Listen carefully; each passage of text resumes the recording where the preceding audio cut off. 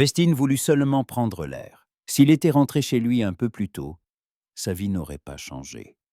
Mais les choses arrivèrent comme elles arrivèrent. Son village se tenait au bord de l'eau serré, comme s'il se pressait contre le fjord de l'épaule, de peur d'être soufflé vers la mer. Les longues maisons s'assombrissaient sous leurs toits de tourbe. De minces filets de fumée s'étiraient en masse par les ouvertures. Et l'air sentait le grain cuit et la peau de mouton humide. Aux portes d'une cour, des filets pendaient à une perche. On les faisait sécher, et on les ravaudait, avant que les bateaux ne sortent pour la première fois après l'hiver. Dans une autre cour, des planches étaient empilées, et quelqu'un, en jurant à mi-voix, enfonçait des coins dans le bordage d'une petite embarcation. Bientôt viendrait la collecte de la part due au Jarl. Il s'apprêtait déjà à tourner vers sa maison quand il entendit des pas. Pas pressés, pas assurés, des pas étrangers. Au village, on reconnaît les pas comme on reconnaît les voix, qui marchent ivres après un festin, qui avancent lourdement en maître des lieux, qui est un adolescent agité par la curiosité. Ceux-là étaient prudents, comme ceux d'une bête sortie en terrain découvert. Vesten garda la main sur sa ceinture, sans tirer le couteau, mais pour se rappeler que le monde n'est pas toujours bon. Une femme sortit de la brume. Dans ses bras, elle portait un garçon, déjà plus un nourrisson. L'enfant ne pleurait pas et ne demandait pas où ils allaient. Il s'accrochait à son cou si fort qu'on aurait dit qu'il ne croyait pas la terre réelle sous leurs pieds. La femme marchait droit, même si sa démarche trahissait qu'elle n'avait pas dormi correctement depuis longtemps. Elle portait un manteau qui avait peut-être été solide autrefois, mais dont les bords sont maintenant usés et mouillés.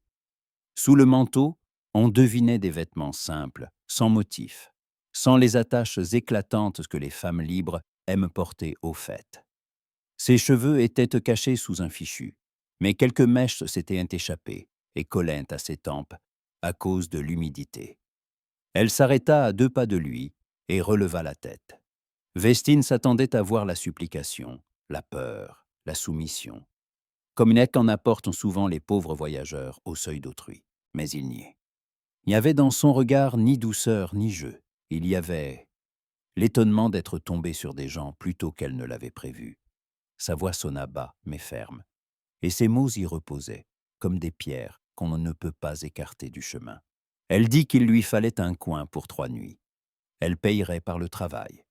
Et, s'il le fallait, elle paierait comme une femme. Le sens se comprenait sans explication. Ce n'était pas une invitation. C'était du désespoir transformé en condition. Vesten ne répondit pas tout de suite. Il resta interdit. Sa gorge répondit par une douleur sèche, comme toujours lorsqu'il devait parler. Il regarda l'enfant. Le garçon était maigre, avec un visage trop adulte pour son âge. Ses yeux étaient attentifs, comme s'il avait l'habitude de surveiller tout ce qui peut être dangereux. Il se blottit contre la femme, mais eut tout de même le temps de lancer à Vestine un regard bref, puis cacha aussitôt son visage, comme s'il avait eu peur qu'un homme étranger puisse être bruyant. Vesten n'aimait pas les bruyants, ni dans la fête, ni dans la colère. Il savait quel son a le cri lorsqu'il précède le coup. Il hocha la tête. C'était presque imperceptible, mais la femme le vit, comme si c'était cela qu'elle attendait. Pas des mots, pas des promesses, mais un simple accord qui ne demande pas d'inclinaison. Vestine se tourna vers le village et marcha devant, sans se retourner souvent, pour ne pas lui donner le sentiment d'être prise au piège. Il choisit un sentier où il y avait moins de feux de cour et moins d'yeux aux portes. La brume faisait son œuvre, elle aide à passer, mais elle aide aussi à se perdre. Sa maison n'était pas tout à fait au centre, plutôt près de Lego. À côté se trouvait une remise faite de planches sombres qui sentaient le foin, la résine et le vieux bois. Là, ce serait plus sûr pour eux et plus calme pour lui. Il ne les conduisit pas dans la maison principale, non qu'il fût cruel, mais parce que sa confiance poussait lentement, comme l'herbe à travers la pierre, et parce que le village n'aime pas les étrangers, et qu'une femme étrangère sous un même toit qu'un homme, c'est un sujet de conversation pour 1 semaine. Il déverrouilla la porte de la remise et les laissa entrer. C'était sombre, mais pas mort. Sous le plafond pendaient des bottes d'herbe séchées. Dans un coin se dressaient des tonneaux. Sur une étagère reposaient des outils, rangés avec soin par l'habitude d'un homme qui sait ménager les choses. La femme posa le garçon sur le foin et l'attira aussitôt contre elle, comme si elle craignait qu'il disparaisse dès qu'elle le lâcherait. L'enfant s'assit, les jambes repliées, et regarda Vestaine de bas en haut, non avec une demande, mais avec une vérification méfiante. Cet homme est-il dangereux? Vestaine ôta son manteau, les couvrit tous deux, puis apporta encore une couverture, rude, mais propre.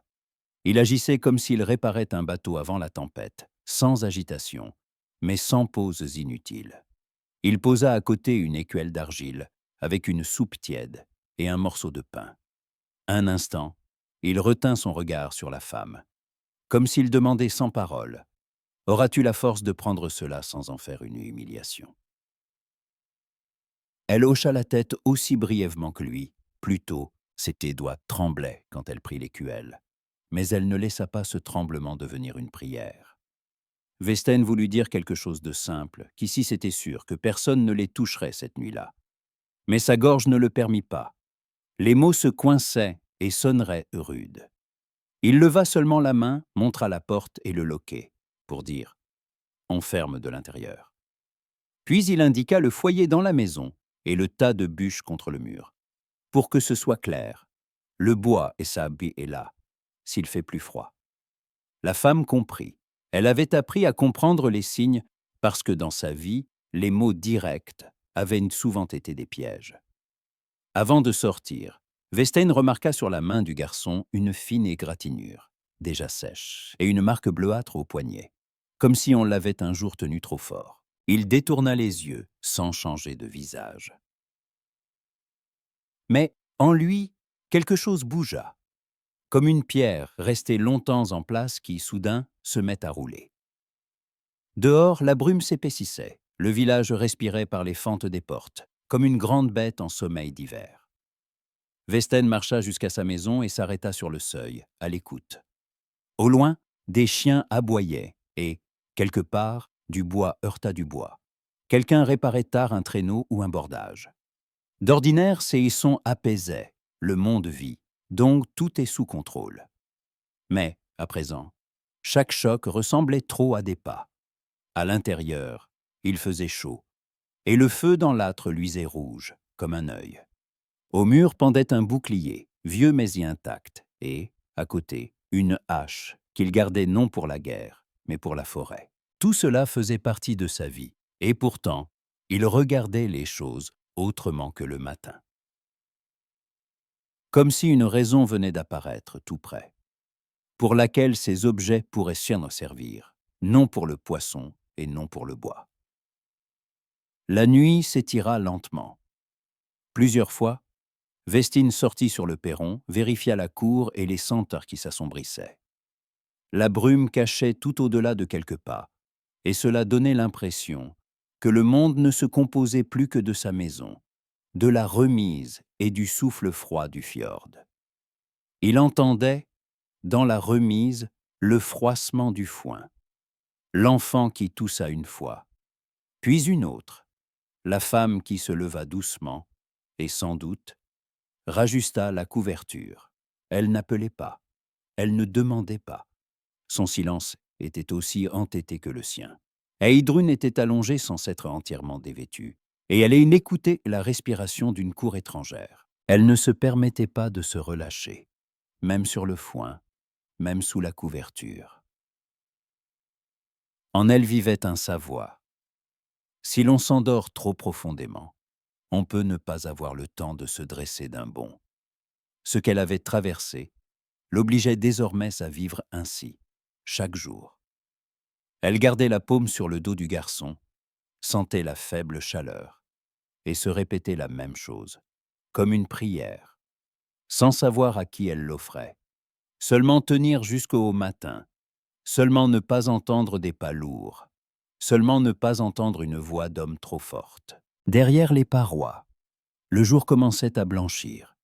La brume se soulevait lentement, et, dans l'aube grise, le fjord paraissait encore plus rude. Le jour promettait des paroles, le jour promettait des regards. Et quelque part, dans ces regards à venir, se tenait déjà la question que le village pose aux étrangers sans mots. Combien de malheurs as-tu apporté avec toi? Et quelle force avons-nous pour te supporter? C'était un temps où les superstitions gouvernèrent les esprits. Le matin au village ne commença pas avec le soleil, mais avec du bruit. Heidrun se réveilla avant tous les autres, dans une remise étrangère.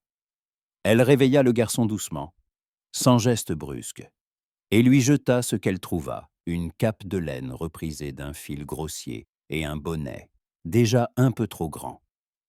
Hormer ne fit pas de caprice, il regardait seulement la porte. Il n'y avait sur son visage aucune exigence d'enfant. Et cela serra en eux tout ce qu'Heidrun portait au-dedans. Les enfants ne devraient pas être si silencieux. Elle sortit dans la cour avec un seau vide, en s'efforçant de marcher, comme si elle avait le droit d'être là. L'air humide lui brûla la gorge. De la maison de Vesten venait une odeur de fumée et de quelque chose de chaud qui ressemblait à de la bouillie. Il était déjà levé. Il ne demanda pas où elle allait, ne la pressa pas, ne la dévisagea pas. Il poussa seulement vers elle une corde, en silence, pour qu'elle porte le seau plus facilement, et indiqua brièvement le sentier vers le puits. Le puits se trouvait en vue, plus près du milieu du village, là où les sentiers se croisent, là où, qu'on le veuille ou non, les regards se rencontrent. Heidrun le sentit avant même de voir les gens, comme si l'air autour d'elle s'était épaissi. Des femmes, dans une cour, se turent qu'à elle quand elle passa. 2 fillettes cessèrent de courir et se collèrent à leur mère, en regardant de dessous leurs sourcils. Un vieil homme, près d'un mur, soulevait un filet de pêche, mais il releva la tête et retint sur elle son regard un peu plus longtemps que d'habitude. Qui était-elle? Elle remplit le seau, s'efforçant de ne pas trembler sous la tension. L'eau était glacée, chistoye, et, un instant, son visage s'y refléta, des yeux fatigués, des lèvres gercées, une ombre sous les pommettes. Pas un visage avec lequel on vient demander grâce. La voix retentit tout près, calme, avec cette assurance particulière des femmes habituées à décider qui mérite de se tenir près du feu commun. Rannveig s'approcha sans hâte. « Et toi, t'es qui ?» Et Heidrun se mordit la lèvre, comme elle rêvait de passer, simplement invisible. Pendant qu'elle cherchait quoi répondre, Rannveig se mit à asséner, sévère, que le malheur des étrangers était contagieux. Elle le disait comme si elle ne veillait pas sur elle-même, mais sur tout le monde d'un seul coup, et cela sonnait d'autant plus dangereux. Heidrun écoutait et comprenait. On l'avait déjà rangé au même rang que la tempête, que la maladie du bétail, que la mauvaise pêche. Pas une personne, un signe. Elle répondit d'une voix égale, sans excuse. Elle dit qu'il lui fallait un peu de temps et du travail, qu'elle ne demandait rien de trop au village. Elle voulut ajouter la question de la paye, du savoir-faire, des mains capables de filer, laver, raccommoder, mais elle s'arrêta à temps. Trop de mots sonnent toujours comme un mensonge. Rannveig hocha la tête comme si elle n'avait pas entendu une réponse, mais la confirmation de sa peur. Son regard glissa vers Ormr, qui se tenait un peu derrière et tenait le bord du manteau d'Heidrun. Le garçon fixait le sol et ne levait pas la tête. Et en plus, un enfant, belle-mère. Vraiment, il fallait le faire. Enfanter quand on n'a ni toit, ni nourriture. C'est des femmes comme toi qui font naître la misère. Fallait réfléchir avant de te coucher sous qui. Heidrun prit le seau et s'en alla sans se retourner. Mais chaque pas résonnait en elle, comme un coup porté aux côtes. Quand elle revint dans la cour de Vestan, il était déjà à l'ouvrage. Près du mur gisait sa vieille paire de chaussures. Et lui, assis sur un petit banc, retaillait le cuir et passait un nouveau lassage. Il le faisait comme le font les hommes pour qui il est plus important que les pieds ne trempent pas que ce qu'on dira d'eux. Heidrun regardait cela et, dans sa poitrine, ce n'était pas du soulagement qui montait, mais de la prudence. Elle avait appris que l'aide est rarement gratuite. Quand commencerait-il à réclamer cette même paye-là? Aurait-elle le temps de s'y préparer? Hormer s'endormit. L'homme la regarda dans les yeux, puis regarda l'enfant. Puis il lui fit signe d'aller dans la maison, après lui, et elle comprit. Maintenant, il y aurait paiement. Elle entra dans la maison en tremblant. Il se tourna vers elle. « De quoi as-tu encore besoin? Regarde autour de toi. Je n'ai pas grand-chose, mais il te faudra peut-être autre chose. » Un poids tomba de ses épaules. Tout allait bien. On dirait qu'elle avait eu de la chance, pour l'instant. Elle secoua la tête et le remercia encore pour ce qu'il avait déjà fait pour eux. Et 1 heure plus tard, il revint dans la remise. Il sortit de sa poche un petit crochet de métal et une planche de bois, les posa contre le chambranle et commença à clouer. Les coups de marteau étaient sourds, sûrs, sans colère. Ce n'était pas une démonstration de force, mais un soin simple. Un loquet qu'on peut fermer de l'intérieur quand les gens autour sont trop curieux. Il donnait trop. Maintenant, le plus grand don, la tranquillité. Elle venait peu à peu s'installer dans son cœur. Le jour, le village devenait de plus en plus bruyant. Les hommes portaient des planches jusqu'au rivage, tiraient les bateaux plus près de l'eau, essayaient les rames, vérifiaient la toile des voiles. Sur l'appontement se tenait un long dracard étroit, pas encore prêt pour la route lointaine, mais déjà menaçant par sa silhouette. La tête de bête à la proue était couverte d'une toile, comme si même le bois ne voulait pas attirer les mauvais esprits trop tôt. Quelqu'un mentionna les dieux. Quelqu'un toucha la croix sur sa poitrine du bout des doigts, en regardant de côté pour voir si le voisin ne l'avait pas remarqué. En ces lieux, les vieilles coutumes et la foi nouvelle vivaient un côte à côte, comme 2 voisins qui se saluent poliment, mais ne se franchissent pas le seuil. Heidrun se mit au travail. Elle aidait à porter l'eau, nettoyer les planches près du perron, balayer la cour, faisait tout ce qu'on peut faire vite et sans bruit inutile. Elle travaillait comme si elle voulait se dissoudre dans la besogne, devenir un objet utile pour qu'on la remarque moins. Mais c'est justement cela qu'on remarquait. L'étrangère ne mendie pas. L'étrangère ne traîne pas sans but. L'étrangère fait en silence. Chez certains, cela éveillait du respect, chez d'autres de l'irritation. Parce que le respect accordé à une étrangère ébranle l'ordre habituel. Hormer restait tout près. Il ne courait pas, ne jouait pas avec les autres enfants. Trop souvent, il sursautait quand une porte claquait brusquement quelque part, ou quand un homme élevait la voix en parlant sur le quai. À chaque bruit, il se repliait sur lui-même, comme s'il voulait devenir plus petit, disparaître. Mais quand il vit, près de l'étable, un agneau encore maladroit, au museau mouillé et aux pattes fines, quelque chose en lui bougea autrement. Il fit un pas, puis un autre, tendit la main lentement, comme s'il craignait que le monde le frappe pour sa curiosité. Vesten sortit de derrière l'angle à cet instant même. Il vit le garçon près du bétail. Et, un moment, le doute passa sur son visage, d'ordinaire. Les enfants gênent, se prennent dans les jambes, effrayent avec les bêtes. Mais il ne le chassa pas. Il s'approcha, posa la main sur l'agneau pour le tenir calme, afin qu'il ne s'écarte pas d'un bond, et inclina légèrement la tête, comme une permission. Hormer caressa la laine douce du bout des doigts, et soudain, sourit. Le sourire fut petit, prudent, mais il y avait plus de vie en lui que dans tout son silence. Heidrun vit cela, et sentit quelque chose, en elle, longtemps serré, se relâcher un peu. Elle voulut croire à une pensée simple. Celui qui ménage un animal faible ne brisera pas un enfant. Mais, avec cette croyance, un autre effroi se levait. Si l'on croit, la douleur est plus grande quand on vous enlève tout. Vers le soir, les conversations dans le village devinrent plus épaisses, comme la fumée dans une longue maison pendant un festin.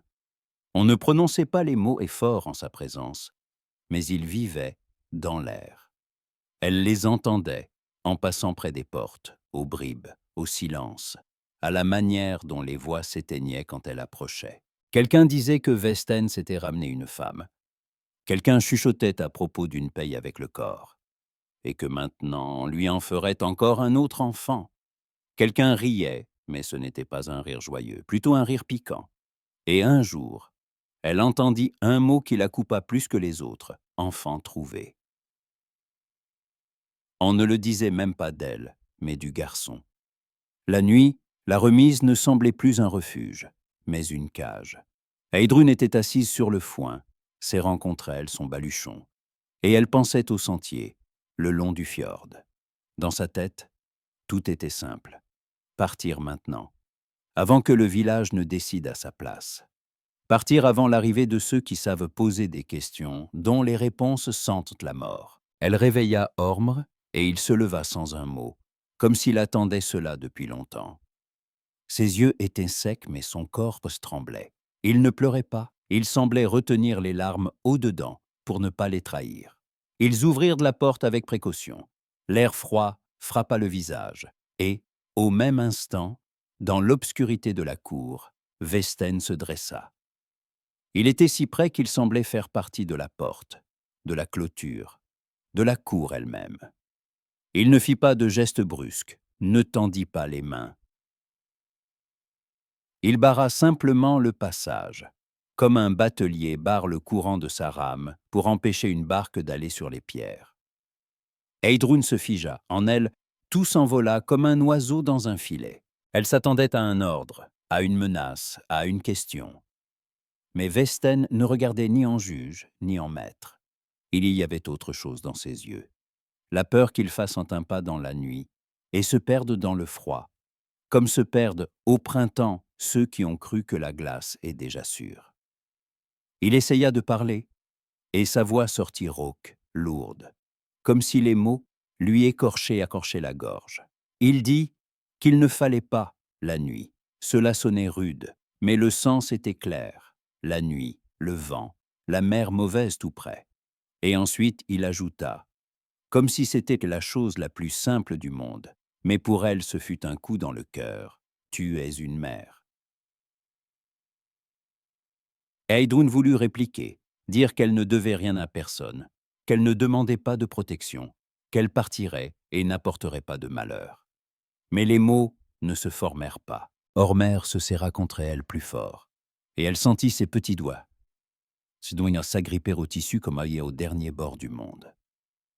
Elle baissa les yeux, rencontra ceux de Vesten, et comprit soudain qu'il ne les retenait pas par la force. Il les retenait par le sens s'il partait. Maintenant, le garçon pourrait ne pas vivre jusqu'au matin. Elle recula lentement d'un pas. Vesten recula aussi, leur laissant le chemin du retour, comme un homme qui ne tend pas de piège. Il attendit que la porte se referme, et seulement alors il rentra dans la maison. Ses pas dans la cour furent réguliers, sans triomphe. Dans la remise, Heidrun s'assit près d'Ormrey et écouta longtemps le silence. Dehors, le fjord grondait. Dedans, le bois craquait dans les parois. Elle comprenait que le matin viendrait et, avec lui, les regards et les paroles. Et pourtant, maintenant, une peur nouvelle vivait dans cette nuit, si l'on reste. Il faudra non seulement fuir, mais vivre. Et vivre près de quelqu'un qui n'exige pas de gratitude peut parfois faire plus peur que de courir loin de ceux qui l'exigent. Le matin, l'air était vif et net, comme si la nuit en avait balayé toutes les odeurs superflues, ne laissant que le sel et la fumée.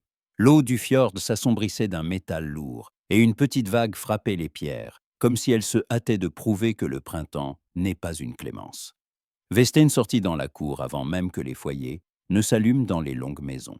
Il vérifia en silence la corde de la barque, effleura du bout des doigts le bois humide, puis se tourna vers la remise et resta près de la porte, à écouter. Heidrun ouvrit presque aussitôt, comme si elle n'avait pas dormi. Oromar était assis sur le foin, enveloppé dans un manteau, et toussait sourdement, en essayant de tousser en lui-même pour que cela ne sonne pas trop fort. Des taches rouges apparaissaient sur son cou, et des ombres reposaient sous ses yeux, comme chez les adultes après une longue route. Heidrun se tenait droite, mais Vesten voyait ses doigts trembler. lorsqu'elle rajustait le bonnet du garçon. Ce tremblement ne venait pas du froid, mais du fait qu'elle avait trop longtemps serré la peur dans son poing. Westein leva la main et montra du côté de la cour lointaine où vivait la vieille guérisseuse. Il n'aimait pas aller chez elle sans nécessité. Sa maison se tenait un peu à l'écart, et l'on n'y venait qu'avec une douleur ou un secret. Mais, cette fois, la nécessité était simple et lourde comme un filet mouillé. Il arracha d'une voix rauque en rassemblant les mots avec effort que le garçon devait être vu. La voix se brisa en un frottement, et pourtant, dans ce frottement, il n'y avait pas un ordre, mais du soin. Heidrun voulut dire qu'elle s'en sortirait seule, qu'il ne fallait pas se montrer encore une fois aux yeux des gens. Mais le garçon se remit à tousser, et cette toux lui coupa la fierté. Elle hocha la tête et se hâta de se préparer, bougeant comme si chaque instant de trop pouvait coûter cher. Oremer tendit docilement les bras pour qu'on le soulève, puis descendit lui-même et marcha à côté d'elle, en tenant le bord de sa manche. Dehors, il baissa tout de suite la tête, comme s'il apprenait à devenir invisible. Le chemin vers la maison de la guérisseuse passait devant plusieurs cours, et le village était déjà éveillé. Des femmes portaient en de l'eau, quelqu'un fendait du bois, et, près du quai, des hommes disputaient au sujet de planches pour le bordage. On regardait Heidrun à la dérobée, puis on détournait vite les yeux, comme si le regard lui-même était une participation. Westein marchait un peu devant, et il semblait ne pas voir ses regards. Mais son dos restait droit et calme, comme celui d'un homme qui a décidé de tenir sa place plutôt que de s'expliquer. La maison de la guérisseuse était basse, couverte de tourbes, avec une porte sombre et une étroite fente de fenêtre. Au-dessus de l'entrée pendait une botte d'herbe sèche, et le vent la remuait comme si les herbes chuchotaient. Dehors, cela sentait la fumée, et dedans cela sentait plus fort encore. Des racines amères, de la résine, de l'armoise séchée, et quelque chose de doux, comme du miel. Un coffre de bois se tenait contre le mur. Des sachets, liés de fils et des coupes d'argile, aux traces d'infusion séchées, reposaient sur les étagères. Sur une poutre sous le plafond pendaient des tresses d'ail, et, tout près, une petite croix grossièrement taillée dans le bois.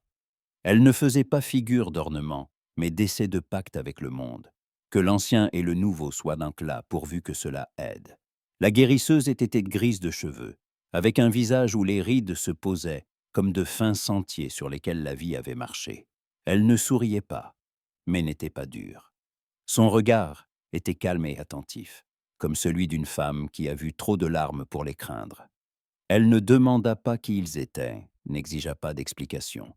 Elle tendit simplement la main vers Orm, et le garçon tressaillit un instant, mais sa paume à elle était chaude et légère. Il la laissa toucher son front.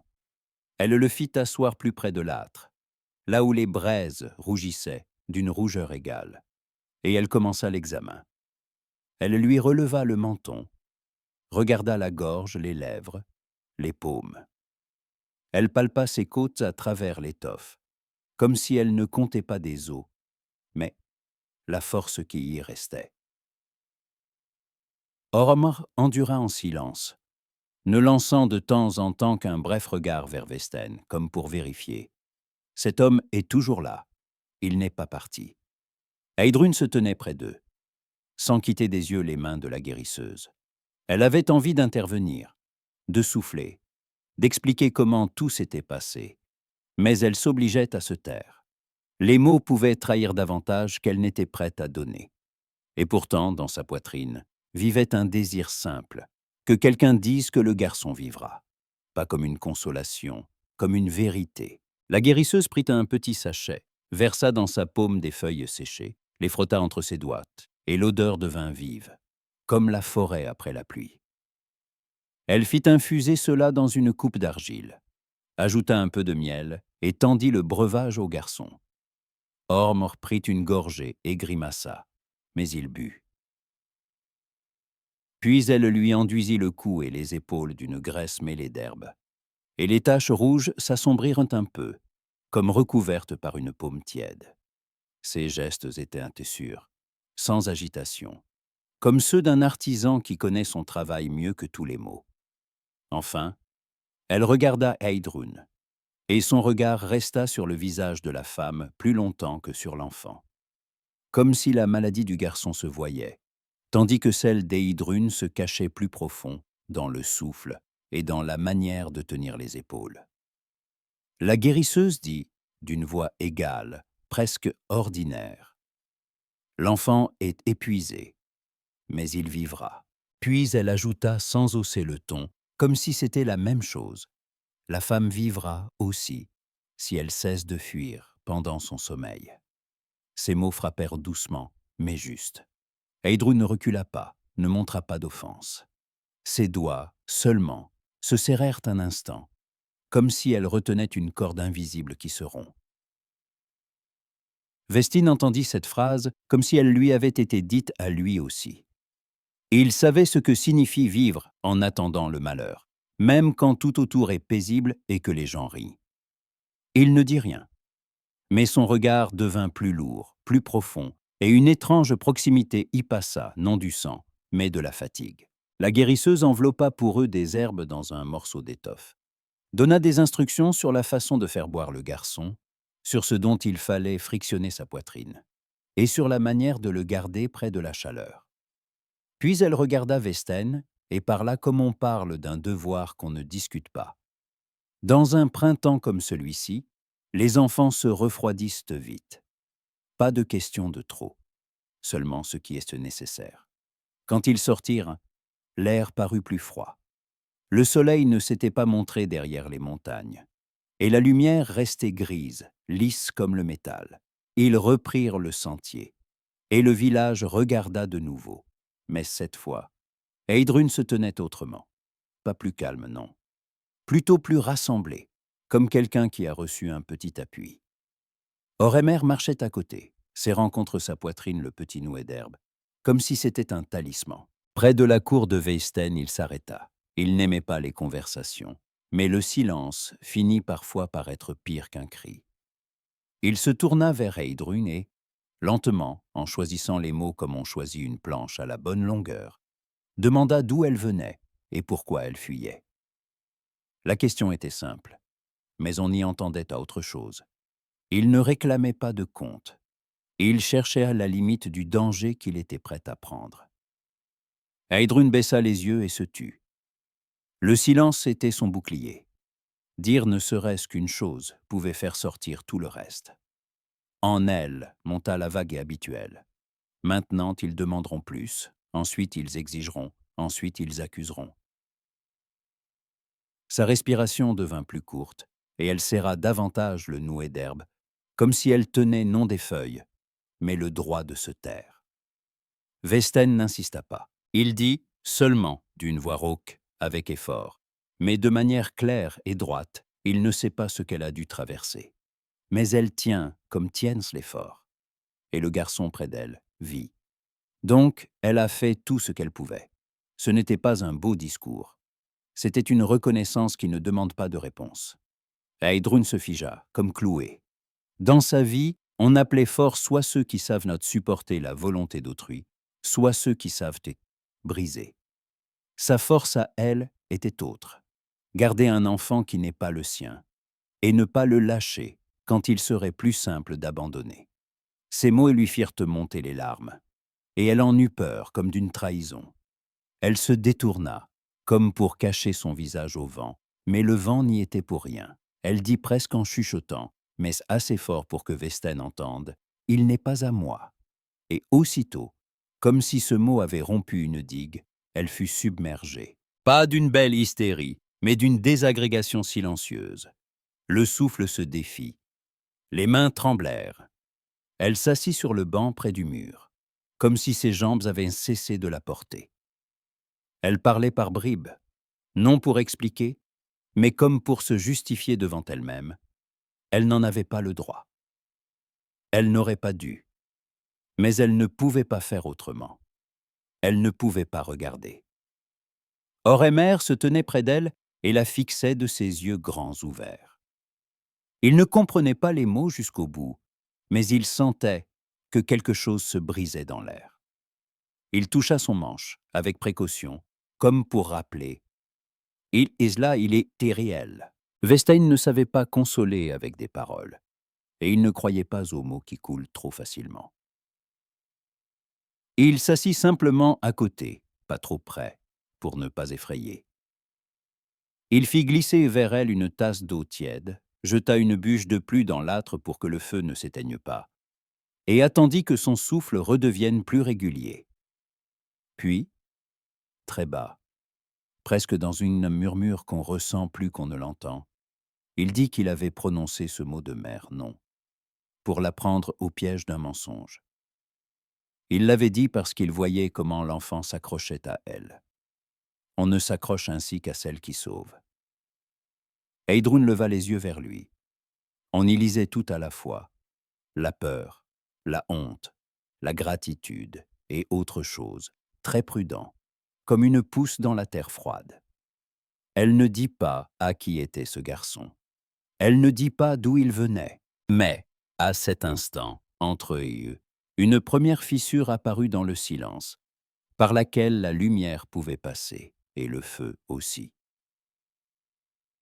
Et tandis que les bûches crépitaient dans l'âtre et que le fjord grondait derrière les parois, une pensée neuve, presque impossible, résonnait dans la tête d'Heidrun s'il ne pose pas de questions de trop maintenant. C'est qu'il est soit très dangereux, soit très digne de confiance. Et de la vérité de l'une ou l'autre réponse dépendrait plus que sa vie. Dépendrait la vie du garçon qui s'était déjà trop habitué à ne pas pleurer. Ce jour-là, la mer semblait particulièrement sombre, comme si le fjord, lassé de supporter les tracas des hommes, s'assombrissait exprès devant des yeux étrangers. Le vent suivait l'eau sans d'un souffle égal, sans rafale, et cela rendait l'inquiétude plus vive. Quand l'élément ne crie pas, il écoute. Le rivage portait une odeur de résine et de bois mouillé. Dès le matin, les hommes sœurs s'affairaient au quai, tiraient les bateaux plus près de l'eau, vérifiaient qu'un les amarrages, changeaient leur soleil au ramdian de place, comme s'ils se préparaient non à la pêche, mais à une expédition où chaque détail décide de qui rentrera à la maison. La collecte de la part due au Jarl avait toujours été au village, un jour qu'on n'aimait pas, mais qu'on respectait. On l'attendait comme on attend un changement de vent. On peut maugréer, on peut discuter, mais on ne peut pas l'annuler. La longue maison des affaires communes fut ouverte plus tôt, cette fois. À l'intérieur, l'âtre brûlait déjà, la fumée montait vers le toit et s'échappait par l'ouverture, déposant sur les rondins une suie douce. Sur les bancs gisaient des sacs de grains et de toiles. Au sol se tenaient des cuves de poissons séchés, rangées avec soin pour ne donner aucun prétexte. Dans un coin, des pots étaient empilés, lissés et liés de courroies. Chaque chose avait son prix, et chaque prix portait son amertume. Il faudrait donner plus que d'habitude, parce que le Jarl levait une troupe pour la campagne d'été. Et une troupe mange et boit aussi bien que l'hiver. Heidrun s'efforçait de ne pas attirer l'attention. Elle est des femmes à trier le poisson, à essuyer la poussière des bancs, à porter de l'eau, à faire tout ce qui sert, et ne suscite pas de questions. Mais même quand les mains sont prises par l'ouvrage, une femme étrangère reste étrangère. Les regards glissaient sur elle et s'attardaient un peu trop longtemps, comme si l'on vérifiait qu'elle ne cachait pas le malheur sous son manteau. Ormr restait près d'elle, comme une ombre. Il toussait moins depuis les infusions, mais sursautait encore au bruit brusque. Quand les hommes riaient fort au quai, il se repliait, comme si le rire pouvait devenir un coup. Heidrun captait ses mouvements du coin de l'œil et chaque fois sentait un froid se lever en elle. La peur d'un enfant a toujours une raison, seulement tout le monde n'accepte pas de l'entendre. Vesten, lui, était parti dès le matin vers la barque. Le village le savait. S'il fait une chose, il l'a fait à fond. Il inspectait les coutures, remplaçait un coin pourri, frotté de résine, là où, durant l'hiver, le bois avait pu s'ouvrir. Il y avait dans ses gestes un calme qu'on voit rarement chez les hommes revenus de la guerre. Et pourtant, quand il relevait la tête, son regard retournait vers la cour, vers la maison, vers la remise, comme si là ne reposait pas seulement une histoire étrangère, mais un devoir nouveau qu'il n'avait pas choisi par des mots, mais qu'il avait choisi par des actes. Vers midi, le collecteur du Jarl arriva au village. Il n'apparut ni comme un vagabond, ni comme un guerrier. Il marchait d'un pas sûr sans regarder autour dans des vêtements propres bordés de fourrure, avec une ceinture soignée et un couteau dans un fourreau riche. À ses doigts brillaient des anneaux, pas trop grands, mais visibles. Et ces anneaux parlaient de pouvoir plus fort que n'importe quel cri. Derrière lui venait un aide avec une planche de compte et un sac pour les cachets et les plombs. Ils ressemblaient à des hommes pour qui les maisons d'autrui ne sont que des lieux d'où il faut sortir ce qui est dû. Le village les accueillit comme à l'accoutumée, sans prosternation, mais avec cette prudence qui naît de la compréhension. Ici vivaient des gens libres, mais la liberté en ces terres marche toujours à côté de l'obligation. Les hommes les plus âgés s'avancèrent, saluèrent, échangèrent quelques sous-phrases brèves. Le collecteur répondit poliment, mais sa politesse était comme une pierre lisse dans la paume, froide et lourde. Il laissa son regard courir sur les sacs et les cuves, sur les pots et les liens de toile, sur la façon dont les gens se tenaient. Il n'avait pas besoin de crier pour que chacun sente son autorité. Et il posait ses questions d'une voix égale, comme s'il parlait du temps. Et pourtant, chaque phrase était une épreuve. Qui avait donné combien? Qui devait combien? Pourquoi le poisson était petit? Pourquoi les pots n'étaient pas aussi souples? Où était le sel? Où était le sac de grains en plus qu'on pourrait ajouter sans trop discuter? Les mots au sujet de la part due sonnèrent plus lourdement que d'habitude. Le collecteur dit que le jarl ne demandait pas de trop, qu'il exigeait ce qui lui revenait.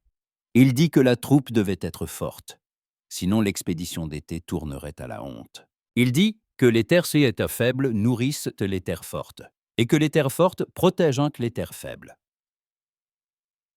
Il y avait de là une logique difficile à contester, et pourtant, elle donnait aux gens l'envie de se gratter les paumes. Pendant que les anciens disputaient de la mesure et de la justice, pendant qu'on ouvrait et refermait les cuves, pendant que l'aide apposait des marques, le collecteur fit un pas vers la porte et, comme par hasard, tourna la tête. Heidrun, à cet instant, portait de l'eau et s'arrêta sur le seuil. Ormar était près d'elle, tenait le bord de sa manche, et dans son geste, il y avait quelque chose de trop familier à la peur. Il ne se cachait pas seulement, il se préparait à disparaître. Le collecteur remarqua l'enfant aussitôt. Il ne sourit pas, ne fronça pas les sourcils non plus. Son regard devint seulement plus attentif, comme s'il avait reconnu une gravure sur la poignée d'un couteau. Il fit un pas de plus, sans entrer brutalement, mais assez pour que l'air entre eux devienne plus mince. Et il dit « bas », sans menace, ce qui rendait la chose plus effrayante encore. Il avait vu un garçon semblable 1 mois plus tôt, dans la caravane d'un homme important qui longeait le fjord voisin. Et Heidrun sentit un froid lui couler le long de l'échine, comme si l'on avait posé sur sa peau un linge mouillé. Sa gorge se dessécha. Elle savait qu'il ne fallait pas montrer la peur, mais le corps n'obéit pas toujours. Son visage pâlit de lui-même, comme pâlit la neige juste avant de fondre. Ormr, sans saisir tous les mots, capta sa tension et se serra davantage contre elle. Vesten ne fut pas là tout de suite. Il entra plus tard dans la longue maison, portant sur lui une odeur de résine et de mer, et s'arrêta près du mur, comme s'il ne voulait pas attirer l'attention. Mais quand il vit le visage d'Heidrun, quand il vit que, un instant, son regard avait perdu son appui, il comprit l'essentiel sans explication. Il regarda le collecteur, puis le garçon, puis le collecteur de nouveau. Et dans ses yeux, il n'y avait qu'une chose, ce n'était pas du bavardage. Le collecteur garda encore un court silence, comme un homme qui sait pousser les autres à parler à sa place. Puis, comme s'il revenait à l'affaire, il demanda à qui était cet enfant. Il le demanda de la même voix égale que pour les pots et le grain. Mais, cette fois, la question n'était pas sur des marchandises. Heidrun ne répondit pas. Elle baissa les yeux, et ce silence pouvait passer pour un aveu. Une femme derrière elle remua. Quelqu'un expira doucement. Dans la longue maison, il se fit soudain trop silencieux, comme si tous s'étaient rappelés d'un même coup que le malheur d'une étrangère peut devenir le malheur de tous. Un des anciens, pour desserrer l'air, dit qu'au village on élève souvent les enfants de la parenté, que c'est chose ordinaire. Le collecteur hocha la tête, mais son regard ne s'adoucit pas. Il avait vu trop de choses, la prudence du garçon, la fatigue de la femme, et la manière dont Vesten se tenait un peu plus près, qu'il ne l'aurait fait d'une simple travailleuse de passage. Vesten fit ce qu'on attendait rarement de lui. Il parla le premier. Sa voix était rauque et lourde, mais il poussa les mots jusqu'à les rendre nets. Il dit que l'enfant était arrivé récemment, que la femme aidait à la maison et dans la cour, que le village ne garde pas d'esclaves sans raison et n'aime pas le bruit inutile. C'étaient des phrases simples, sans ornement, mais elles portaient l'essentiel. Le calme d'un homme qui ne se justifie pas, qui affirme. Le collecteur le regarda avec attention, comme on regarde quelqu'un qui peut devenir un obstacle. Puis il esquissa un sourire, léger, sans chaleur. Il dit que le jarl aime l'ordre. Il dit qu'il ne se mêlerait pas des petites affaires, tant que les petites affaires ne gênent pas la grande redevance. Et il ajouta, comme entre deux mots, la caravane où il avait vu un tel garçon appartenait à un homme qui sait obtenir ce qu'il veut. Après cela, le collecteur revint au sac et aux cuves, comme si la conversation était close. Mais pour Heidrun, elle venait seulement de commencer. Elle entendait les disputes sur la mesure, sur la part, sur le fait qu'il faudrait donner plus cette année. Mais ces mots sonnaient loin désormais, comme au-delà de l'Eusso. En elle se levait l'odeur ancienne, connue, de la chasse. Cela ne sent ni la bête ni la forêt. Cela sent le moment où l'on vous a remarqué. Le soir, le collecteur partit, emportant ce qui lui revenait, et laissant derrière lui l'impression qu'un couteau froid avait traversé le village. Les gens se dispersèrent vers leur maison, et chacun porta son inquiétude jusqu'à son propre feu. L'un jurait contre le jarl, l'autre contre la mère, l'autre contre l'étrangère qui était arrivée au mauvais moment. Ranveig parlait plus fort que les autres, disant que tout cela était prévisible, que le malheur était maintenant au seuil, et que le village paierait pour le secret d'une étrangère. Tous ne lui répondirent pas, et ce silence était une fissure nouvelle, déjà dans le village lui-même. Heidrun retourna dans la remise, comme on rentre dans un terrier, et ce fut seulement là qu'elle s'autorisa à respirer plus profondément. Oremer s'endormit vite, comme si la fatigue avait vaincu la peur. Mais même dans le sommeil, il gardait une main sur sa manche. Heidrun resta assise près de lui et fixa le loquet que Vesten avait cloué. Le bois paraissait solide, mais elle savait, quand des hommes vous suivent, un bois solide n'est qu'un délai. Vesten vint plus tard. Il apporta de quoi manger sans un mot, posa cela près du foyer, ajouta du bois. Ses gestes étaient calmes, mais dans ce calme, on sentait une vigilance, comme avant la tempête. Il s'assit sur le banc contre le mur, pas trop près pour ne pas peser, pas trop loin pour ne pas sembler indifférent. Longtemps il se tut, lui laissant le choix, parler ou se cacher encore. Heidrun essayait de tenir bon. Sa fierté lui soufflait que la vérité est une chaîne qu'on se passe soi-même et au cou. Sa peur lui soufflait que le silence peut être plus dangereux encore, parce qu'il n'y a plus seulement l'enfant, maintenant, mais aussi un homme qui peut souffrir à cause d'elle. Elle regardait Vestein et n'y voyait ni pitié, ni désir de posséder. Elle y voyait un choix qu'il avait déjà commencé à faire, sans connaître encore tout le prix. Elle parla la nuit, quand les voix derrière les parois s'étaient tues, et que le fjord sonnait plus fort que le village. Elle parlait par morceaux, comme si elle s'arrachait des échardes une à une. Elle dit que l'enfant ne lui appartenait pas. Elle dit qu'on avait voulu le faire disparaître si doucement que personne ne le remarquerait. Elle dit que dans la maison où elle était, on ne l'appelait pas par son nom, on l'appelait par le problème. Elle dit qu'elle n'est ni une héroïne, ni une sainte, qu'elle n'a simplement pas pu regarder. Vesten écoutait sans l'interrompre. Il ne demandait pas ces détails qui fit le sang. Il comprenait assez quelque part, tout près. Il y a un homme avec du pouvoir et de la cruauté. Et cet homme n'aime pas qu'on lui prenne ce qu'il considère comme sien. Vestine serra ses mains sur ses genoux, et ses jointures blanchirent. Puis il desserra comme pour se rappeler, il ne faut pas agir à chaud. Un faux pas ferait souffrir non seulement lui, mais tout le village. Heidrun cessa de parler, et sentit soudain un vide, comme après une longue course, quand on s'arrête et qu'on découvre que le cœur bat encore. Elle aurait voulu demander pardon, mais elle ne savait pas de quoi exactement, d'être venue, ou d'avoir survécu. Elle dit bas que, s'il le fallait, elle partirait. Avant l'aube, seule, en emmenant le garçon, pour que le village ne paie pas pour un malheur étranger. Vesten leva les yeux vers elle. Il n'y avait pas de colère. Il y avait le poids d'une décision qu'on ne peut pas poser sur les épaules d'un autre. Il dit d'une voix rauque que partir maintenant est plus dangereux que rester. Il dit que si la chasse a commencé, courir à découvert rend la proie plus visible encore. Et il ajouta, après une courte pause, comme si ces mots lui coûtaient plus que les autres. Il ne promet pas ce qu'il ne pourra pas faire. Mais s'il a dit qu'ils sont sous son toit, alors ils sont sous son toit. Heidrun le regardait et comprenait que son malheur n'était plus seulement le sien. Cela faisait peur, et cela réchauffait d'une manière étrange. Elle entendait le fjord gronder derrière la paroi. Et pour la première fois depuis longtemps, ce grondement n'était pas seulement une menace, mais aussi un rappel. La mer prend beaucoup, mais parfois elle laisse quelque chose à ceux qui restent ensemble. Quand Vesten sortit vérifier la cour, Heidrun resta assise près d'Ormr, endormie. Elle écoutait les bruits de la nuit et tentait de deviner jusqu'où peut aller une main étrangère si elle veut reprendre un garçon. Ses pensées revenaient aux paroles du collecteur, à son sourire égal, à la facilité avec laquelle il avait parlé de la caravane d'un homme important.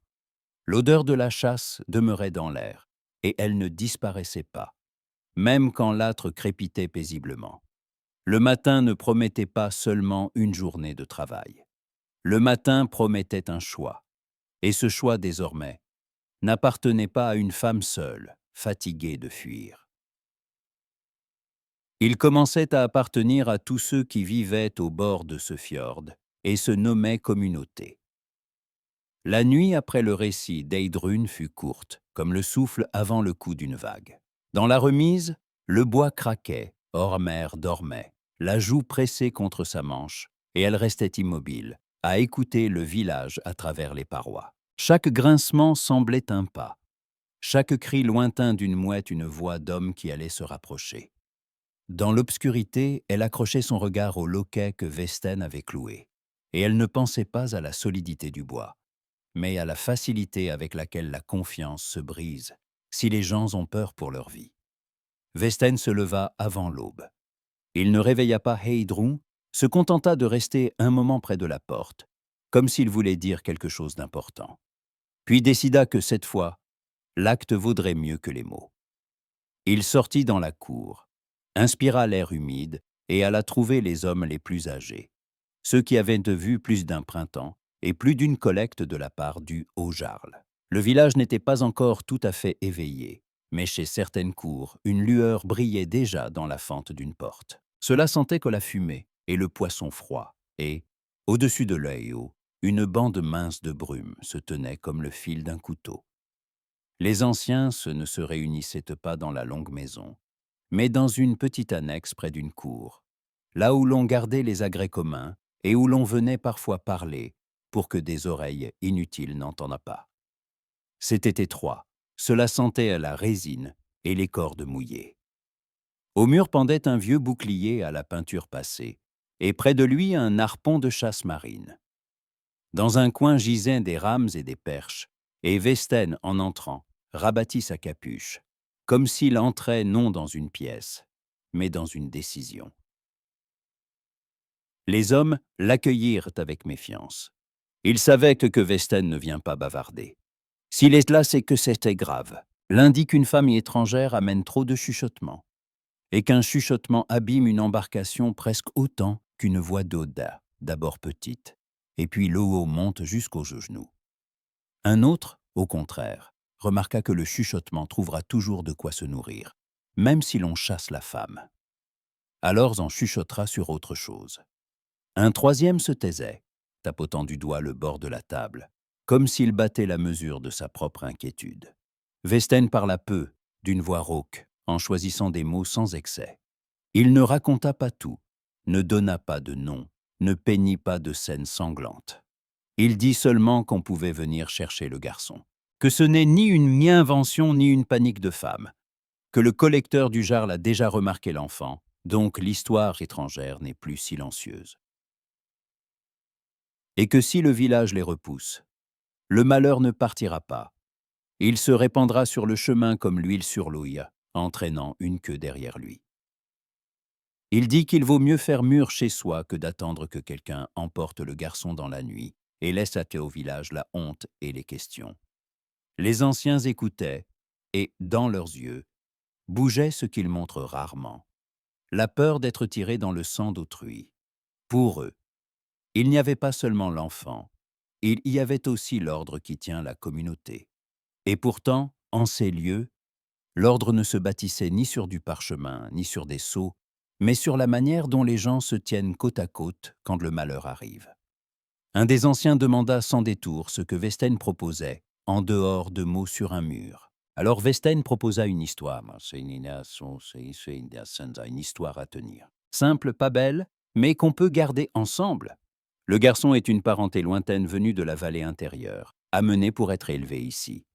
La femme est une travailleuse et une nourrice, engagée contre de la nourriture et un toit. Pas d'amour, pas de drame, rien qu'on puisse saisir et étaler devant un jugement comme une peau mouillée. Une histoire ordinaire, dont il existe beaucoup dans ces terres. Si le collecteur du Jarl cherche à creuser, le village répondra pareil. Si l'on interroge une femme, elle dira la même chose que dira l'homme du quai. Non parce qu'on les a forcés, mais parce qu'ils auront choisi de protéger. Un des anciens grimaça. Il dit que le mensonge est glissant, soit il tient, soit il casse le cou. Un autre remarqua que pour le Jarl, l'essentiel est que la part soit levée, et que des hommes armés d'ailleurs ne circulent pas librement sur ces terres. Le troisième parla enfin, lentement et lourdement. Si des hommes du fjord voisin viennent réclamer un enfant, cela signifie qu'ils pensent ce village faible. Et la faiblesse, pour une communauté, est pire que n'importe quel mensonge. À la faiblesse, on revient. Ils se mirent d'accord, d'accord sans serment crié ni coupe à lever. Ils s'accordèrent comme on tient la paix ici, par un mot court, un signe de tête, un regard. Vestine quitta l'annexe avec l'impression qu'une charge s'était ajoutée sur ses épaules, mais une charge qui n'était déjà plus seulement la sienne. Ce même jour, le village paraissait ordinaire. Les femmes faisaient sécher les filets, les hommes aiguisaient les couteaux de pêche, les enfants couraient dans les cours. Mais sous l'ordinaire vivait une vigilance, comme l'Oyao vit sous une croûte de glace. Et Idrun le sentait sur elle. Les gens regardaient autrement, pas seulement comme une étrangère, mais comme une question qui appartient maintenant à tous. Ranveig, en passant, retint son regard sur Heidrun plus longtemps que nécessaire. Sur son visage, il y avait la satisfaction de celle qui attendait le malheur, et veut prouver qu'elle avait raison. Elle disait aux femmes que le village paierait pour un secret étranger, que le Jarl n'aime pas la confusion, que les fjords voisins sont pleins d'hommes qui prennent ce qu'ils veulent. Et chacun de ces mots était une étincelle jetée dans l'herbe sèche. Heidrun s'efforçait de garder un visage égal. Elle travaillait comme avant, sans rester trop longtemps au même endroit. Mais, au-dedans, tout était tendu. Elle attrapait chaque bruit, chaque froissement, et ne pouvait s'empêcher de penser à la vitesse avec laquelle cette paix fragile finirait. Parfois, elle regardait Westein, et en elle montait un sentiment étrange, presque une tendresse qu'elle voulait chasser. La tendresse est dangereuse parce qu'elle affaiblit. Pourtant, sa fiabilité silencieuse, la façon dont il pose une écuelle de nourriture près d'eux, dont il vérifie le loquet, dont il ne demande pas trop, la rendait plus forte, malgré tout. Vers le soir, Westein prit la mer. La mer était mauvaise, mais le poisson n'attend pas que les hommes soient prêts. Il emmena une petite barque, car le grand drakkar se tenait encore sur la grève, couvert de toile, en attente de son heure. Les rames gémirent dans les dames de nage. L'embarcation s'écarta du quai, et Vesten se dissout dans l'étendue grise du fjord, où l'homme n'est qu'un grain de sable entre Leio et la roche. Heidrun resta au village. Il lui fallait porter de l'eau et c'était une tâche simple, habituelle, mais qui lui paraissait maintenant une sortie à découvert. Le puits était là où il a toujours été, sous les yeux des cours. Y aller, c'est retomber dans les regards et les mots. Elle prit le seau, jeta le manteau sur ses épaules, et Ormer marcha près d'elle, accroché à sa main. Il était un peu plus vif, mais pas plus hardi. Le courage chez de tels enfants ne pousse pas tout seul, on le fait grandir longtemps. Au puits, il n'y avait personne. Le vent poussait sur le sol des brindilles sèches. D'une cour venait le coup d'un marteau. Quelque part, un oiseau criait. Heidrun se pencha, descendit le seau, entendit le seau clapoter. Et, à cet instant, quelque chose changea dans l'air, comme si une ombre avait glissé sur la terre. Elle releva la tête et vit des hommes. Ils étaient plusieurs, pas des gens du village. Des vêtements un peu plus riches, des ceintures plus solides, des fourreaux étrangers. Ils marchaient sans hâte, mais comme marchent ceux qui se savent dans leurs droits. Leurs visages n'étaient ni ivres ni échauffés, mais rassemblés, froids. Yepanki n'était pas venus se quereller. Ils étaient venus prendre et repartir. Le premier parla bas, presque d'un ton amical. Il dit qu'il ne voulait pas de bruit. Il dit que le garçon ne lui appartenait pas et qu'il valait mieux le rendre tout de suite pour rester en vie. Les mots sonnaient comme du soin, mais il y avait de l'acier dedans. Il ne prononça pas le nom de celui qui les envoyait, et cela faisait plus peur encore. Le nom ne sert à rien quand le pouvoir parle de lui-même. Ormr entendit la voix d'homme et se contracta de tout son corps. Il ne pleura pas, mais s'agrippa à Heidrun au point d'en blanchir les doigts. Son regard sautait comme celui d'un petit animal cherchant un terrier. Heidrun posa le seau si brusquement que l'eau se renversa sur la terre et coula entre les pierres. Elle fit un pas en avant, couvrant le garçon de son corps. Son cœur battait si fort qu'elle avait l'impression que tout le fjord l'entendait. Un des hommes tendit la main comme pour prendre l'enfant par l'épaule. Pas pour frapper, pas pour saisir brutalement, seulement pour l'emporter, comme on emporte une chose. Et c'est cette banalité qui leva la rage en Heidrun. Pas une rage belle, pas une rage héroïque. La rage d'une mère qui sait que, si l'on cède maintenant, il n'y aura plus ensuite ni voix, ni main, ni temps. Elle cria. Le cri jaillit tout seul sans demander la permission. Il était rude, déchiré, mais vivant. Ce n'était même pas un cri d'appel à l'aide, c'était un cri pour le droit d'exister. Les hommes tressaillirent, et l'un tenta de lui couvrir la bouche de la paume, mais elle repoussa la main, envoya le seau de côté, et le métal sonna fort contre la pierre. Le village répondit aussitôt. Les portes s'ouvrirent à la volée. Les gens déboulèrent sur l'espace entre les maisons. Qui avec une fourche, qui avec une hache à fendre, qui avec une pierre à la main. Les femmes criaient les noms des maris. Les enfants se cachaient derrière les dos. Quelqu'un appela Vesten, mais la voix se perdit dans le tumulte. Rannveig apparut parmi les premiers, et son visage eut un triomphe, qui fut aussitôt remplacé par la peur. Elle voulait une preuve du malheur, mais ne voulait pas le voir d'aussi près. Les hommes du fjord étranger comprirent vite qu'ils ne pourraient pas emporter le garçon en silence. L'un essaya de pousser Heidrun sur le côté, un autre fit un pas vers Ormr, mais les villageois les encerclaient déjà. Les menaces s'entendaient, mais il n'y avait pas un cri unique de foule. Il y avait une décision dense, lourde, celle de gens qui venaient de comprendre qu'on ne leur arrachait pas seulement un enfant, mais le droit d'être maître sur leur terre. Et pourtant, les étrangers étaient dangereux.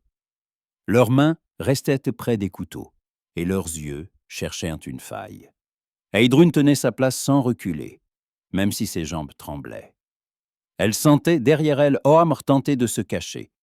Son souffle se brisait, et, pour la première fois, il lui devint clair qu'elle ne tiendrait pas seule. Non parce qu'elle est faible, mais parce qu'on ne peut pas être un mur en solitaire. Vesten arriva du rivage quand le bruit avait déjà gonflé. Il marchait vite et il tenait une rame dans ses mains, humide de mer. La rame ne ressemblait pas à une arme, plutôt au prolongement de son travail. Et cela rendait la scène plus terrifiante. Il n'était pas venu jouer. Il était venu défendre. Sur son visage, il n'y avait pas de rage, seulement une clarté froide. Les gens s'écartèrent quand il entra dans le cercle, comme l'oiseau s'écarte devant l'étrave. Un des étrangers fit un pas vers lui, tentant de parler avec assurance, d'expliquer que cela ne concernait pas le village. Vesten ne le laissa pas finir. Il ne cria pas, ne lança pas de menaces. Il frappa simplement la rame sur la main qui se tendait vers le couteau, et le geste fut précis, comme chez un homme qui a souvent attrapé l'instant sur l'eau. L'autre hurla et recula. Vesten heurta le second de l'épaule, lui coupa l'équilibre, puis le plaqua au sol sans casser ni achever, mais assez pour l'empêcher de se relever. La rame se posa en travers de sa poitrine, comme une barre qu'on ne déplace pas. Vesten se pencha plus près et dit d'une voix rauque, basse, pour que l'homme à terre l'entende, et que ceux autour l'entendent aussi, ce garçon est sous la protection de la communauté. Ce n'était pas un serment joli, mais une limite qu'on ne franchit pas sans conséquence. Il ne tuait pas. Il connaissait le prix du sang. Le sang appelle le sang, et un petit village au bord d'un fjord ne tiendrait pas une vengeance longue. Mais il montra sa force de manière à ce que les étrangers comprennent, ici, il n'y aura pas de proie facile. Les villageois se tenaient en là, comme un mur. L'un avait une fourche, l'autre une hache, le troisième une pierre. Mais personne ne se jetait en avant sans nécessité. Ils tenaient le cercle et ils se tenaient eux-mêmes. Il y avait là une dignité qui ne s'achète pas. Elle naît quand des gens décident en que leurs terres et leurs enfants ne sont pas des objets pour le confort d'autrui. Les étrangers, voyant qu'ils étaient encerclés et que Vesten ne marchandait pas, reculèrent. Ils levèrent nettement les mains pour montrer qu'ils partaient, puis battirent en retraite en regardant autour. L'un lâcha, pour finir, que ce n'était pas terminé. La phrase fut dite bas, mais elle portait une certitude. Ils avaient un maître qui n'aime pas perdre. Quand ils furent partis, le village resta encore un moment sans se disperser. Les gens parlaient, les yeux couraient. L'un jurait, l'autre priait à sa manière. L'un se souvenait des anciens dieux, l'autre faisait le signe de la croix. Heidrun tomba à genoux et serra Ormer contre elle, sentant ses tremblements. Elle lui murmurait quelque chose d'incohérent, seulement pour le couvrir du son de sa voix. Ormr enfouit son visage contre elle et, pour la première fois depuis longtemps, son souffle discret se brisa en un petit sanglot, comme si la peur trouvait enfin une issue. Vesten relâcha l'homme qu'il maintenait, et celui-ci, une fois debout, fila rejoindre les siens. Vesten resta au milieu de l'espace, la rame à la main, et les regarda s'éloigner. Puis il se tourna vers les villageois. Sa gorge ne lui permettait pas de parler longtemps, mais il dit l'essentiel désormais. Impossible de faire comme si rien ne s'était passé. Ils ont attaqué la communauté. Le mot ne fut pas crié, mais il sonna comme un bouclier. Si la communauté est attaquée, ce n'est plus l'affaire d'une femme étrangère. C'est l'affaire de chaque cour. Randveig tenta de dire que tout était la faute d'Heidrun, qu'elle l'avait prévenu. Sa voix tremblait. Pas seulement de colère, mais de peur. Elle avait vu à quel point le malheur s'était approché. On ne lui répondit pas par des cris, mais par des phrases courtes. Quelqu'un dit que cette attaque aurait été une honte, même si la femme était pertie. Quelqu'un remarqua que si aujourd'hui des étrangers prennent un enfant, demain ils prendront le poisson, et après-demain, la terre. Il n'y avait pas de tendresse pour Heidrun dans ces mots, mais une volonté de défendre ce qui est à eux.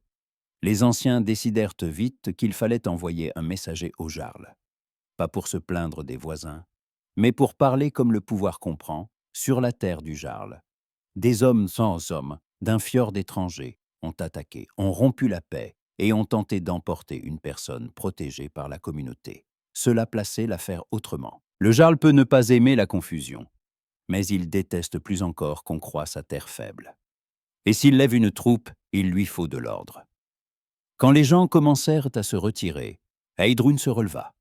Ses mains tremblaient, mais elle tenait le garçon fermement et ne cachait plus son visage. Elle croisa le regard de Vesten. Dans ses yeux, il n'y avait pas de victoire. Il y avait de la même chose qu'avant, seulement plus nette. Le choix est fait. Et, à cet instant, Heidrun comprit pourquoi elle n'était pas étrangère pour lui. Pas parce qu'elle est belle, pas parce qu'elle est docile. Elle avait apporté dans sa vie une raison vivante d'être fort, non pour soi. Et lui avait donné ce qu'elle n'attendait pas d'un homme, une protection qui ne réclame pas de paiement et ne transforme pas le salut en pouvoir. Le soir, quand le fjord s'assombrit de nouveau et que le vent devint plus froid, le village paraissait différent. Les gens fermaient nettement les portes, mais ne se cachaient pas. L'un réparait des verrous, l'autre aiguisait des couteaux, non pour menacer.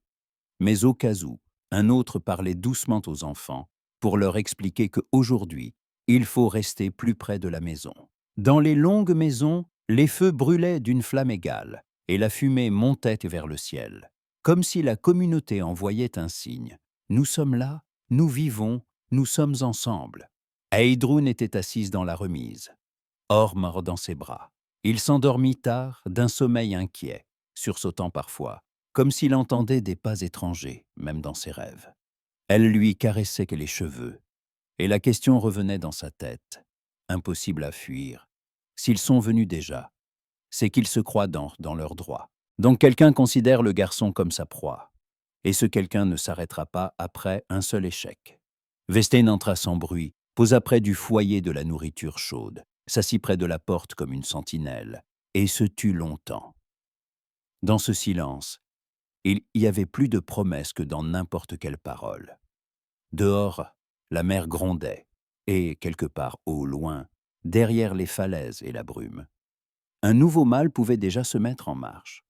Mais dans la petite remise au bord du fjord, une chose devint claire pour la première fois.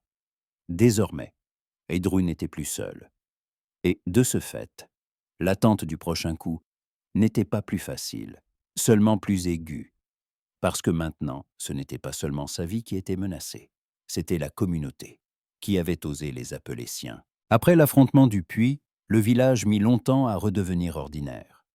Même quand les gens rentrèrent dans leur cour et claquèrent les portes, le silence ne revint pas comme avant. Il devint méfiant, comme une bête tapie dans les buissons qui écoute si le chasseur revient. Le vent passait entre les maisons et touchait les cordes ou séchait les filets, et ce petit claquement semblait prolonger les pas d'étrangers. La fumée des foyers montait en bande droite, comme si l'air lui-même craignait de bouger de trop. Les anciens se réunirent ce même soir-là.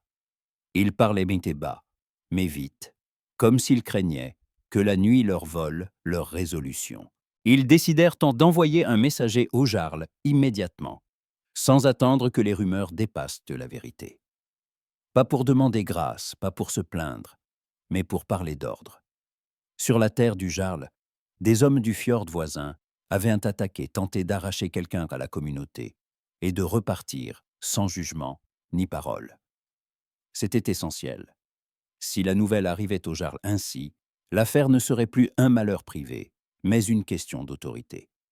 Le Jarl pouvait exiger la redevance et punir la désobéissance, mais il n'avait aucun intérêt à laisser des hommes se promener impunément sur ses rivages et montrer que, ici, la loi est plus faible que le couteau. On choisit comme messager un jeune, rapide, de ceux qui savent tenir leur langue et ne pas se vanter près d'un feu étranger. On lui donna de la nourriture, un manteau chaud et, surtout, les mots à répéter sans y ajouter quoi que ce soit. Il partit de nuit, tandis que le fjord grondait encore, et tandis que les étrangers pouvaient se tenir quelque part tout près. Il prit le sentier qui longeait les falaises, passa devant les lieux où se dressent des pierres aux signes anciens. Il passa devant une petite chapelle, où une croix tordue se détachait sombre sur le ciel. Dans ces terres, l'ancien et le nouveau se tenaient côte à côte, et les gens avaient l'impression que, si l'on salue les deux, la route devient plus sûre. Heidrun apprit l'histoire du messager dès le matin. On ne le lui dit pas franchement, Mais comme on parle dans les villages où les mots ont un prix, comme en passant, comme si l'on annonçait seulement qu'un garçon était parti sur les chemins. Elle comprit le sens aussitôt. Une vague de soulagement monta en elle. Mais ce soulagement n'avait rien de tiède. Il était coupant parce qu'il signifiait autre chose. Désormais, il n'y aurait pas de retour. Le village s'était lié à elle et au garçon par un fil qu'on ne peut se rompre qu'avec du sang ou du déshonneur. Rannveig allait de cour en cour, rassemblant les femmes autour d'elle comme on ramasse du bois sec pour un grand feu. Elle disait que ces avertissements n'avaient donc pas été entendus, que maintenant le jarl saurait, et que tout irait plus mal pour tous, que le malheur d'une étrangère colle toujours à ceux qui ont eu pitié. Dans sa voix, il y avait l'entêtement de celle qui a l'habitude d'avoir raison, et la peur de celle qui a vu à quel point le vrai mal s'était approché. Certaines femmes hochaient la tête, parce qu'il est plus facile de hocher que de contredire. Mais beaucoup se taisaient, et ce silence-là était neuf. Avant, on suivait volontiers Rannveig, c'est plus commode d'avoir un seul juge que de se juger soi-même à chaque fois.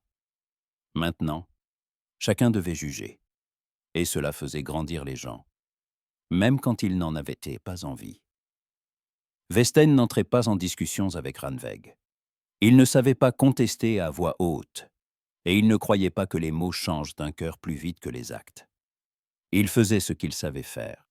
Il renforçait la cour, vérifiait les verrous, réparait la clôture, pour que personne ne puisse approcher sans bruit. Les hommes édayaient. L'un apporta des planches en trop, l'autre donna une corde. Un troisième posa près du portail une pierre sur laquelle on peut trébucher dans l'obscurité. C'était un des choses simples, mais c'est de choses simples qu'une défense se bâtit. Heidrun, ces jours-là, travailla plus que jamais. Ses mains ne connaissaient pas le repos, parce que le travail aide à cacher les tremblements. Elle lavait, raccommodait, portait l'eau et détoquait à trier les filets. Elle le faisait en silence, sans réclamer de gratitude, sans demander qu'on soit bon avec elle. Et pourtant les gens commencèrent à la regarder autrement. Pas tous, mais assez pour qu'elle le sente. Un vieux qui la regardait auparavant comme s'il éprouvait sa solidité, lui tendit un jour un morceau de poisson séché et dit que cette année la mer était mauvaise et que les femmes doivent y rester nourries. Il le dit comme on parle du temps, mais c'était une reconnaissance. Une petite fille apporta à Ormr une figurine de chevreau en bois et la lui glissa maladroitement dans la paume, sans lever les yeux. Le garçon se figea d'abord, attendant un piège, puis serra le cadeau avec précaution, comme s'il craignait qu'on lui arrache la joie. Westen observait Ormr plus souvent qu'il ne s'en rendait compte. Quand l'enfant s'asseyait près de l'étable et caressait l'agneau, Westen s'approchait et veillait à ce que l'animal ne sursaute pas. Quand un des hommes éclatait d'un rire trop fort, Ormr tressaillait, et Westen se mettait soudain à parler plus bas, comme si le silence pouvait devenir un bouclier. Il ne savait pas consoler par des phrases, mais il savait changer le monde autour, pour qu'il y ait moins de menaces dedans. Heidrun attrapait ces petites choses, et chaque fois, sentait une tendresse monter dans sa poitrine. Une tendresse qu'elle redoutait. Son cœur ressemblait à une maison après l'incendie, les murs tiennent encore. Mais l'intérieur se noircit, et la moindre flamme peut rallumer le feu ou tout détruire de nouveau. Elle ne se permettait pas de rêver. Les rêves sont dangereux, parce qu'on peut vous les enlever. Mais, près de Westen, les rêves en arrivaient soit pas comme une chanson de foire. Ils arrivaient comme la chaleur d'un foyer, sans se faire voir, mais pour de vrai. Quelques jours passèrent. Le village recommença à préparer la première grande sortie des bateaux. Les hommes vérifiaient les voiles et les rames, discutaient de l'endroit où il valait mieux jeter les filets. Les femmes préparaient de la viande séchée et des galettes dures, pour qu'il y ait de quoi emporter. Les enfants couraient, comme ils courent toujours, parce que les enfants croient que le monde tient, malgré tout. Mais sous cette normalité vivait une préparation cachée. Chacun savait que les étrangers pouvaient revenir. Un soir, Alors que le ciel au-dessus du fjord était plus clair et que le vent était tombé, Westen emmena Ormr vers le sea. Pas loin, pas en mer, seulement marcher le long du rivage, regarder les bateaux, toucher une rame, sentir que la mer n'est pas seulement une menace, mais aussi une maison. Le garçon allait à côté et se retournait sans cesse. Il craignait encore les voix brusques et les pas lourds. Mais près de Westen, il se tenait un peu plus droit, comme s'il y avait, dans cet homme, quelque chose qui ne ment pas. Ils s'arrêtèrent près d'une barque, et Westen montra au garçon comment tenir la rame, comment s'y appuyer sans la laisser tomber. Ormr prit le bois avec prudence, comme s'il craignait de faire une faute qui attire une punition. Westen ne le pressa pas. Il resta seulement à côté, et son silence était patient. Heidrun regardait de loin et sentit quelque chose se desserrer en elle, lentement. Ses yeux s'accrochaient à des détails qui devenaient, sans qu'elle sache pourquoi, précieux, la façon dont Westen penche la tête pour être à la hauteur de l'enfant, la façon dont sa main, rude et forte, tient la rame non pour frapper, mais pour apprendre, la façon dont le garçon, pour la première fois depuis longtemps, ne se cache pas, mais essaie. Quand ils revinrent, il faisait déjà nuit. Dans la remise, le feu brûlait près du poêle. Heidrun posa des écuelles sur la table, servit une soupe chaude. Ils mangeaient en silence, comme mangent les gens fatigués de la peur. Et dans ce repas muet, il y avait plus de famille que dans bien des festins bruyants. Plus tard, Ormr jouait près du seuil avec le petit chevreau de bois et un caillou trouvé au bord de l'eau. Il faisait rouler le caillou sur une planche comme si c'était une barque et marmonnait doucement pour lui-même. Westen était assis près de lui, réparait une lanière de harnais et, de temps en temps, ajoutait une bûche au feu. Heidrun reprenait une étoffe, mais l'aiguille s'arrêtait de plus en plus souvent, parce qu'elle avait envie de regarder, simplement. Et alors Ormr, sans relever la tête, dit un mot, pas fort, comme s'il vérifiait si l'on peut seulement prononcer cela. Il dit « Papa ». Dans la remise, un silence tomba, si profond qu'on entendit le feu bouger dans l'âtre. Heidrun se figea, l'aiguille entre les doigts. En elle, tout se serra d'horreur et de honte. Elle pensa tout de suite à la manière dont ce mot peut se retourner contre eux, devenir un prétexte de plus, un couteau de plus. Elle se pencha vers le garçon et murmura vite, comme si elle voulait repousser le mot au-dedans. « Il ne comprend pas. Il a juste l'habitude de dire ça. Il confond. » Westen leva les yeux vers l'enfant. Il n'y avait pas d'égarement sur son visage. Il regardait comme si ce mot ne lui tombait pas dessus avec un poids étranger, mais venait se poser sur son épaule comme une sangle qu'on peut resserrer et porter. Il posa lentement la lanière, se leva, s'accroupit devant le garçon et lui rajusta le bonnet, comme on le fait pour ceux qu'on compte parmi les siens. Puis il dit, d'une voix rauque mais claire, « Si tu veux, oui. » Ormr sourit timidement et se remit à faire rouler son caillou comme si l'essentiel était dit et qu'on pouvait vivre maintenant. Et Heidrun resta assise, incapable de reprendre un souffle égal. Son regard allait de Westen à l'enfant, et les larmes lui montaient aux yeux, mais elle ne les laissait pas tomber. Les larmes sont dangereuses aussi, après elles vient la faiblesse, et elle s'était interdit d'être faible. Quand Ormr s'endormit, Heidrun resta longtemps près de lui, à remonter la couverture. Dans son sommeil, le garçon soupirait doucement, fronçait parfois les traits, mais ne tremblait plus comme les premières nuits. Sur son visage revenait quelque chose d'enfantin qui rentrait de très loin, et cela rendait Heidrun plus effrayé encore. S'il redevient un enfant, alors la douleur sera plus grande si on le lui arrache.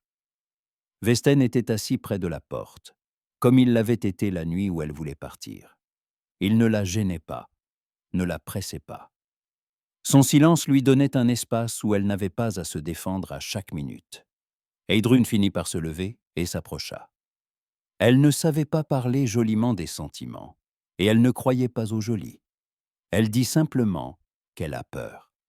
Peur, parce qu'elle a volé un garçon à un monde plus fort qu'eux. Un monde où l'on ne demande pas, on prend. Un monde où l'autorité et le sang décident plus vite que la conscience. Vesten la regarda avec attention.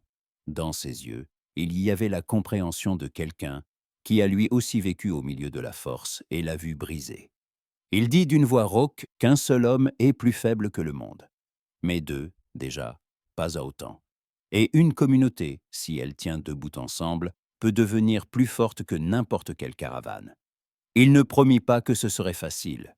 Il ne dit pas que le jarl les protégerait forcément. Il dit autre chose. Et cela réchauffa Heidrun de l'intérieur. S'ils restent ensemble, ils ne vivront pas comme des fuyards. Ils vivront comme ceux qui ont droit au matin. Heidrun voulut répondre, mais les mots se coincèrent. Elle le regardait et ne voyait ni un héros de chanson, ni un riche guerrier à la tache d'or. Elle voyait un batelier à la gorge rude, qui sait tenir une rame et tenir sa parole. Et tout à coup, elle comprit que son cœur, habitué à courir, voulait pour la première fois non pas s'enfuir, mais rester. Vesten fit un pas de plus et effleura son visage de la paume.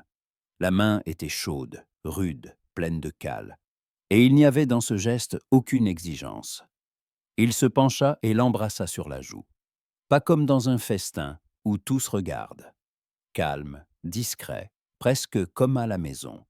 Ce n'était pas une promesse de passion, c'était une promesse de présence. Être là quand on a peur. Être là quand le monde frappe à la porte. Heidrun ferma les yeux un instant et s'autorisa à croire en ce toucher. Pas pour toujours, pas sans condition, mais au moins pour cette nuit. Puis elle dit doucement que si l'on venait reprendre le garçon, elle ne voulait pas que par sa faute, le sang du village coule. Vestine répondit d'une voix tout aussi basse. Le sang n'est pas nécessaire s'il y a de l'esprit et si les gens tiennent ensemble. Il dit que le village a déjà fait son choix au puits et que ce choix-là, désormais, ne s'annule pas par des chuchotements. Les jours suivants, la vie continua, mais elle était devenue autre. Le messager n'était pas encore revenu, et l'attente pesait dans l'air comme la brume au-dessus de l'eau.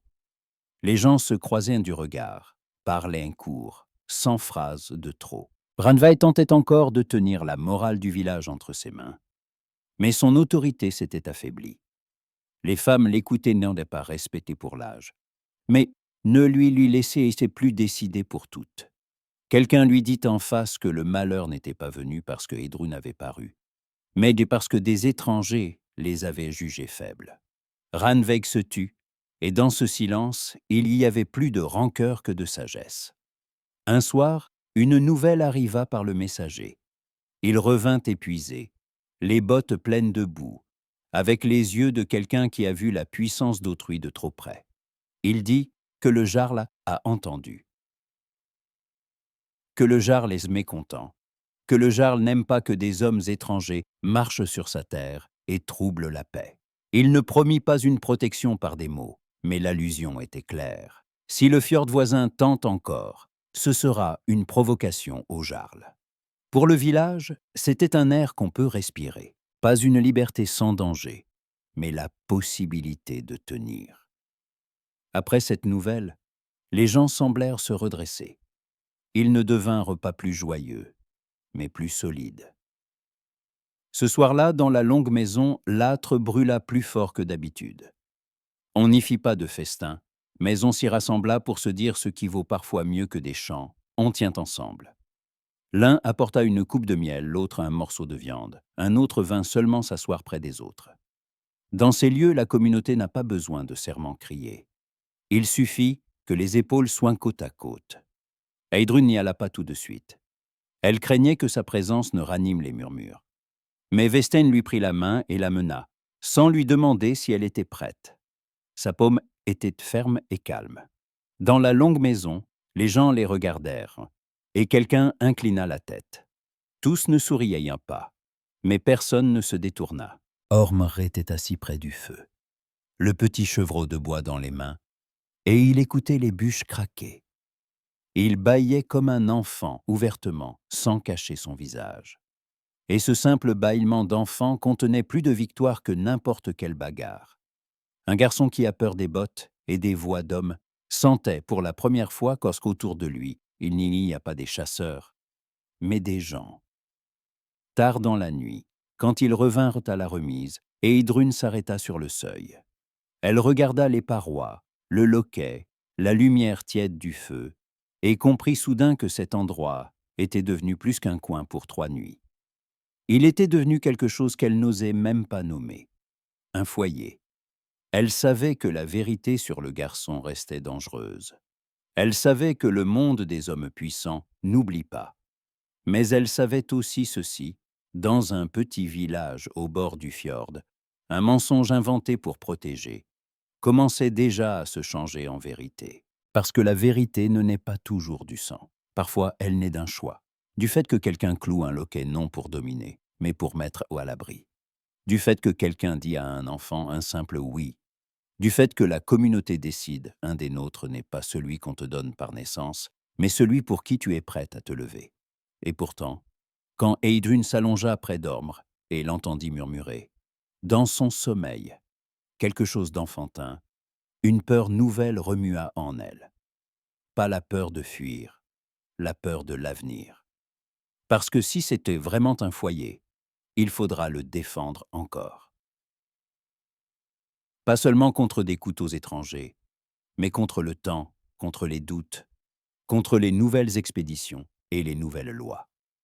Vesten, assis près de la porte, sembla sentir ses pensées. Il se leva, s'approcha et dit bas que la mer sera toujours mauvaise à un certain printemps. Mais les gens peuvent être plus doux s'ils ne reculent pas devant leur choix. Et, dans sa voix rauque, il y avait ce qui était devenu pour Eidrun la chose la plus solide. Il ne promettait pas une vie facile. Il promettait d'être là.